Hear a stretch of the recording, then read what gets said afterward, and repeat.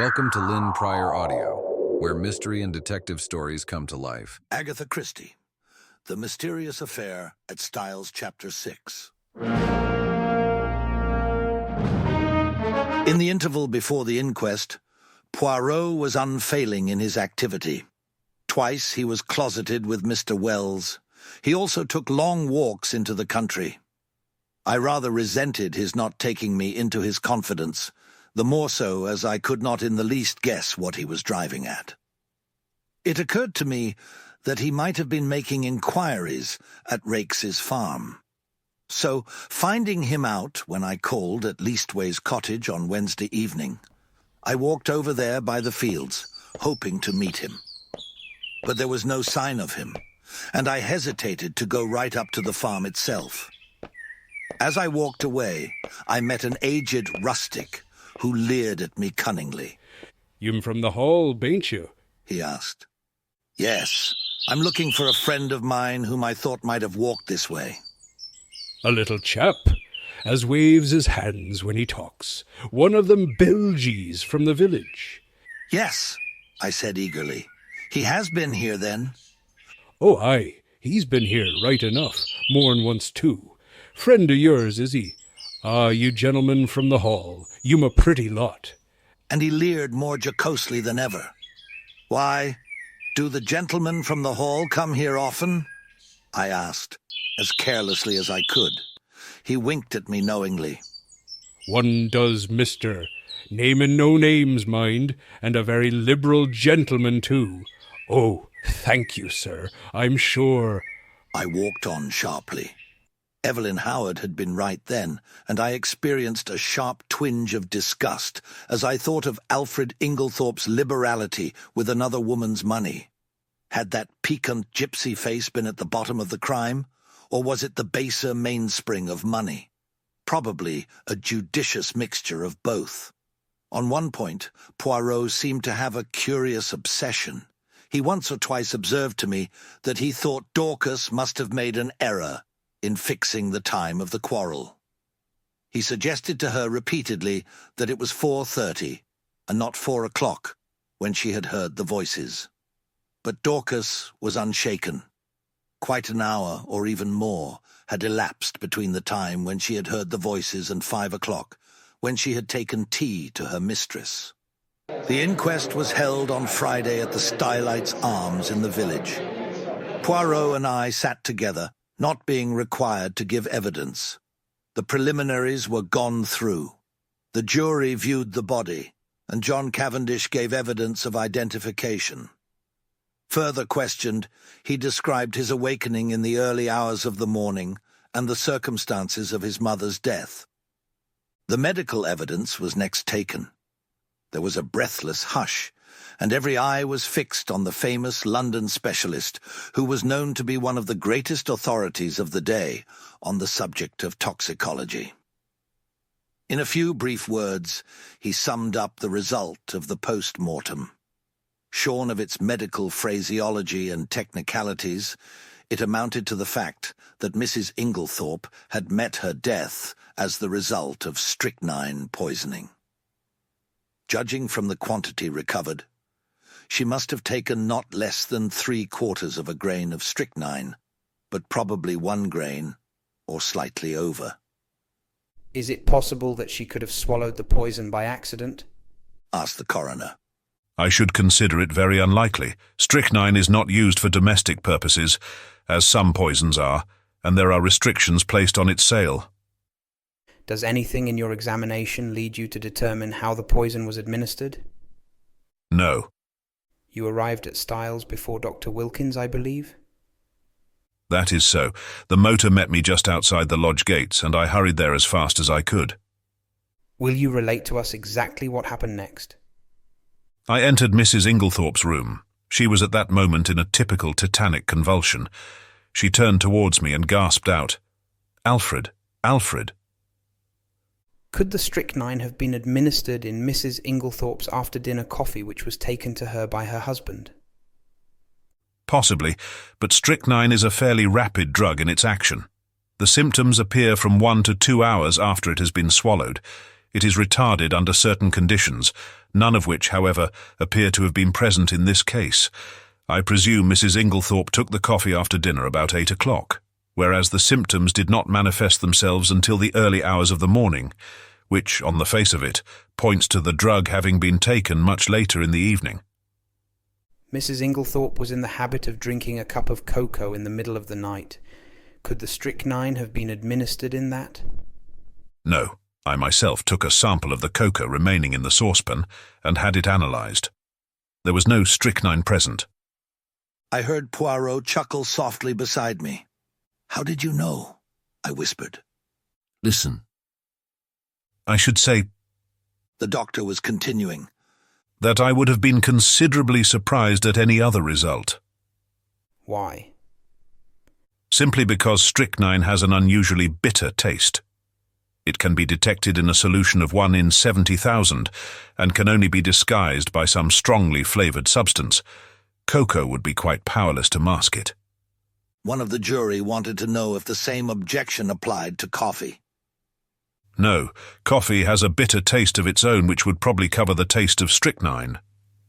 Then you consider it more likely that the drug was administered in the coffee, but that for some unknown reason its action was delayed. Yes, but the cup being completely smashed, there is no possibility of analysing its contents. This concluded, Doctor. Bauerstein's evidence. Dr. Wilkins corroborated it on all points. Sounded as to the possibility of suicide, he repudiated it utterly. The deceased, he said, suffered from a weak heart, but otherwise enjoyed perfect health and was of a cheerful and well-balanced disposition. She would be one of the last people to take her own life. Lawrence Cavendish was next called. His evidence was quite unimportant, being a mere repetition of that of his brother. Just as he was about to step down, he paused and said rather hesitatingly, "I should like to make a suggestion, if I may." He glanced deprecatingly at the coroner, who replied briskly, Certainly, Mr. Cavendish. We are here to arrive at the truth of this matter, and welcome anything that may lead to further elucidation. "It is just an idea of mine. explained Lawrence. Of course I may be quite wrong, but it still seems to me that my mother's death might be accounted for by natural means." How do you make that out, Mr. Cavendish? My mother, at the time of her death, and for some time before it, was taking a tonic containing strychnine. Ah, Said the coroner. The jury looked up, interested. I believe Continued Lawrence. that there have been cases where the cumulative effect of a drug, administered for some time, has ended by causing death. Also, is it not possible that she may have taken an overdose of her medicine by accident? this is the first we have heard of the deceased taking strychnine at the time of her death. We are much obliged to you, Mr. Cavendish. Dr. Wilkins was recalled and ridiculed the idea. What Mr. Cavendish suggests is quite impossible. Any doctor would tell you the same. Strychnine is, in a certain sense, a cumulative poison, but it would be quite impossible for it to result in sudden death in this way. There would have to be a long period of chronic symptoms which would at once have attracted my attention. The whole thing is absurd. And the second suggestion? That Mrs. Inglethorp may have inadvertently taken an overdose? 3 or even 4 doses would not have resulted in death. Mrs. Inglethorp always had an extra large amount of medicine made up at a time as she dealt with Coots, the cash chemists in Tadminster. She would have had to take very nearly the whole bottle to account for the amount of strychnine found at the post-mortem. Then you consider that we may dismiss the tonic as not being in any way instrumental in causing her death? Certainly. The supposition is ridiculous. The same juryman who had interrupted before here suggested that the chemist who made up the medicine might have committed an error, That, of course, is always possible. replied the doctor. But Dorcas, who was the next witness called, dispelled even that possibility. The medicine had not been newly made up. On the contrary, Mrs. Inglethorp had taken the last dose on the day of her death. So the question of the tonic was finally abandoned. and the coroner proceeded with his task.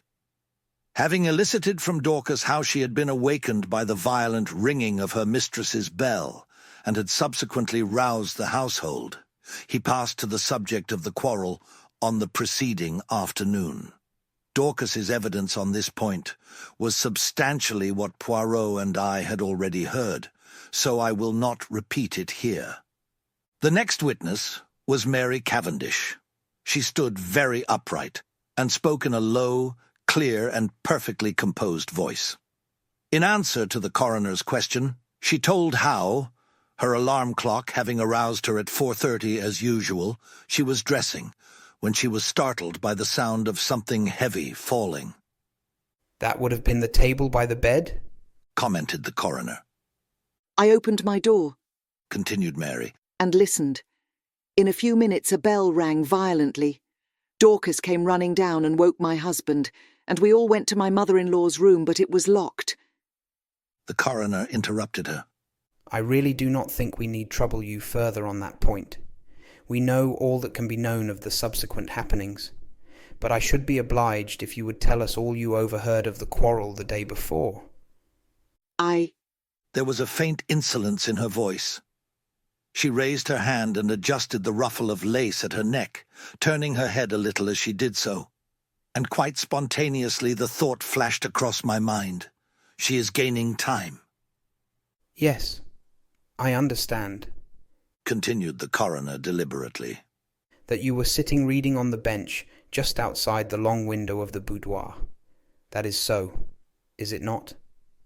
This was news to me, and glancing sideways at Poirot, I fancied that it was news to him as well. There was the faintest pause, the mere hesitation of a moment, before she answered, Yes, that is so.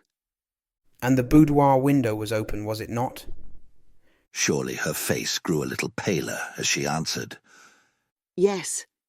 Then you cannot have failed to hear the voices inside, especially as they were raised in anger. In fact, they would be more audible where you were than in the hall. Possibly.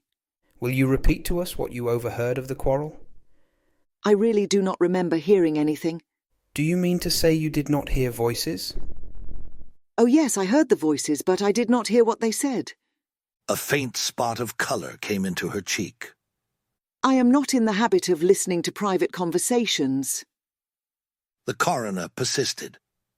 And you remember nothing at all? Nothing, Mrs. Cavendish? Not one stray word or phrase to make you realize that it was a private conversation? She paused and seemed to reflect, still outwardly as calm as ever. Yes, I remember. Mrs. Inglethorp said something, I do not remember exactly what, about causing scandal between husband and wife. Ah.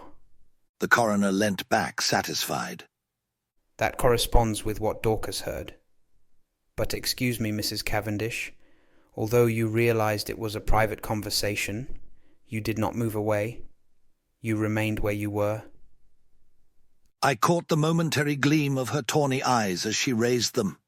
I felt certain that at that moment she would willingly have torn the little lawyer with his insinuations into pieces, but she replied quietly enough.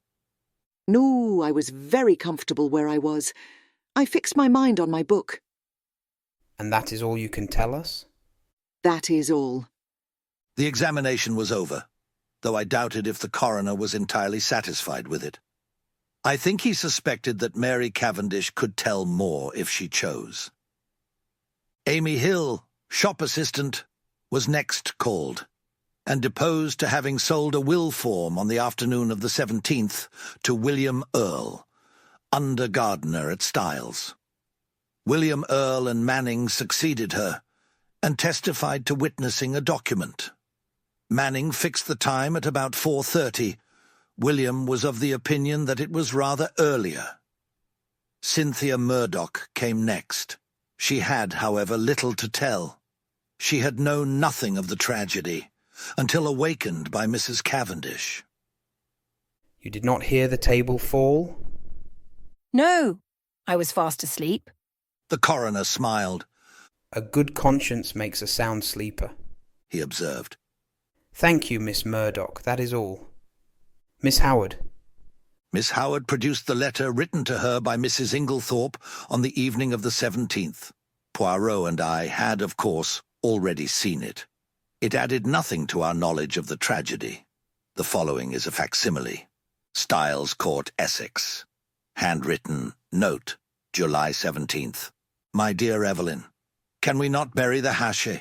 I have found it hard to forgive the things you said against my dear husband, but I am an old woman and very fond of you. Yours affectionately, Emily Inglethorp. It was handed to the jury, who scrutinized it attentively. I fear it does not help us much, said the coroner with a sigh. There is no mention of any of the events of that afternoon. Plain as a pikestaff to me, said Miss Howard shortly. It shows clearly enough that my poor old friend had just found out she'd been made a fool of. It says nothing of the kind in the letter, the coroner pointed out. No, because Emily never could bear to put herself in the wrong, but I know her. She wanted me back, but she wasn't going to own that I'd been right. She went round about. Most people do. Don't believe in it myself. Mr. Wells smiled faintly. So, I noticed, did several of the jury. Miss Howard was obviously quite a public character. Anyway, all this tomfoolery is a great waste of time, continued the lady, glancing up and down the jury disparagingly. Talk, talk, talk, when all the time we know perfectly well. The coroner interrupted her in an agony of apprehension. Thank you, Miss Howard, that is all. I fancy he breathed a sigh of relief when she complied. Then came the sensation of the day. The coroner called Albert Mace, chemist's assistant. It was our agitated young man of the pale face. In answer to the coroner's questions, he explained that he was a qualified pharmacist, but had only recently come to this particular shop as the assistant formerly there had just been called up for the army. These preliminaries completed, the coroner proceeded to business. Mr. Mace, have you lately sold strychnine to any unauthorized person? Yes, sir. When was this? Last Monday night. Monday? Not Tuesday? No, sir. Monday the 16th. Will you tell us to whom you sold it? You could have heard a pin drop. Yes, sir. It was to Mr. Inglethorp. Every eye turned simultaneously to where Alfred Inglethorp was sitting, impassive and wooden. He started slightly as the damning words fell from the young man's lips. I half thought he was going to rise from his chair, but he remained seated, although a remarkably well-acted expression of astonishment rose on his face. You are sure of what you say? Asked the coroner sternly. Quite sure, sir. Are you in the habit of selling strychnine indiscriminately over the counter? The wretched young man wilted visibly under the coroner's frown. Oh, no, sir, of course not. But seeing it was Mr. Inglethorp of the Hall, I thought there was no harm in it. He said it was to poison a dog. Inwardly, I sympathized. It was only human nature to endeavor to please the Hall, especially when it might result in custom being transferred from Coots to the local establishment. Is it not customary for anyone purchasing poison to sign a book? Yes, sir. Mr. Inglethorp did so. Have you got the book here? Yes, sir. It was produced, and with a few words of stern censure, the coroner dismissed the wretched Mr. Mace. Then, amidst a breathless silence, Alfred Inglethorp was called. Did he realize, I wondered, how closely the halter was being drawn around his neck? The coroner went straight to the point. On Monday evening last, did you purchase strychnine for the purpose of poisoning a dog? Inglethorp replied with perfect calmness. No, I did not. There is no dog at Styles except an outdoor sheepdog, which is in perfect health. Inglethorp. You deny absolutely having purchased strychnine from Albert Mace on Monday last? I do. Do you also deny this? The coroner handed him the register in which his signature was inscribed. Certainly I do. The handwriting is quite different from mine. I will show you. He took an old envelope out of his pocket and wrote his name on it, handing it to the jury. It was certainly utterly dissimilar. Then what is your explanation of Mr. Mace's statement?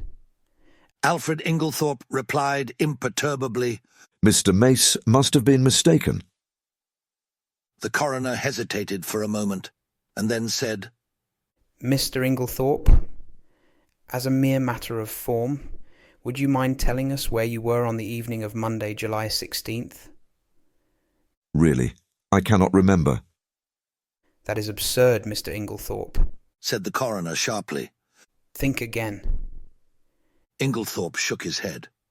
I cannot tell you. I have an idea that I was out walking. In what direction?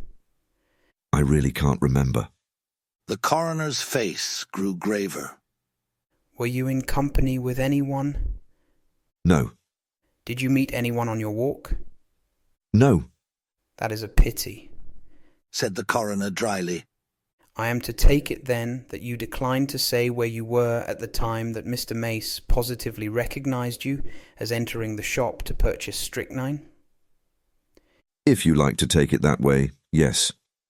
Be careful, Mr. Inglethorp. Poirot was fidgeting nervously. Sacre, he murmured. Does this imbecile of a man want to be arrested? Inglethorp was indeed creating a bad impression. His futile denials would not have convinced a child. The coroner, however, passed briskly to the next point, and Poirot drew a deep breath of relief. You had a discussion with your wife on Tuesday afternoon? Pardon me, interrupted Alfred Inglethorp. You have been misinformed. I had no quarrel with my dear wife. The whole story is absolutely untrue. I was absent from the house the entire afternoon. Have you anyone who can testify to that? You have my word, said Inglethorp haughtily. The coroner did not trouble to reply. There are 2 witnesses who will swear to having heard your disagreement with Mrs. Inglethorp. Those witnesses were mistaken. I was puzzled. The man spoke with such quiet assurance that I was staggered. I looked at Poirot. There was an expression of exultation on his face which I could not understand. Was he at last convinced of Alfred Inglethorp's guilt? Mr. Inglethorp, said the coroner, you have heard your wife's dying words repeated here. Can you explain them in any way? Certainly I can. You can? It seems to me very simple. The room was dimly lighted. Dr. Bauerstein is much of my height and build, and like me, wears a beard. In the dim light, and suffering as she was, my poor wife mistook him for me. Ah, murmured Poirot to himself. But it is an idea, that. You think it is true? I whispered. I do not say that, but it is truly an ingenious supposition. You read my wife's last words as an accusation. Inglethorp was continuing. They were, on the contrary, an appeal to me. The coroner reflected a moment. Then he said, I believe, Mr. Inglethorp, that you yourself poured out the coffee and took it to your wife that evening. I poured it out, yes, but I did not take it to her. I meant to do so, but I was told that a friend was at the hall door, so I laid down the coffee on the hall table. When I came through the hall again a few minutes later, it was gone. This statement might or might not be true, but it did not seem to me to improve matters much for Inglethorp. In any case, he had had ample time to introduce the poison. At that point, Poirot nudged me gently, indicating 2 men who were sitting together near the door. One was a little, sharp, dark, ferret-faced man. The other was tall and fair. I questioned Poirot mutely. He put his lips to my ear. Do you know who that little man is? I shook my head. That is Detective Inspector James Japp of Scotland Yard, Jimmy Japp. The other man is from Scotland Yard too. Things are moving quickly, my friend. I stared at the 2 men intently. There was certainly nothing of the policeman about them. I should never have suspected them of being official personages. I was still staring when I was startled and recalled by the verdict being given. Willful murder against some person or persons unknown. I stared at the two men intently. There was certainly nothing of the policeman about them. I should never have suspected them of being official personages. I was still staring when I was startled and recalled by the verdict being given. Willful murder against some person or persons unknown. Join our mystery community. Love unraveling, thrilling tales? Subscribe now and never miss a new story. Your next adventure awaits. Click that button.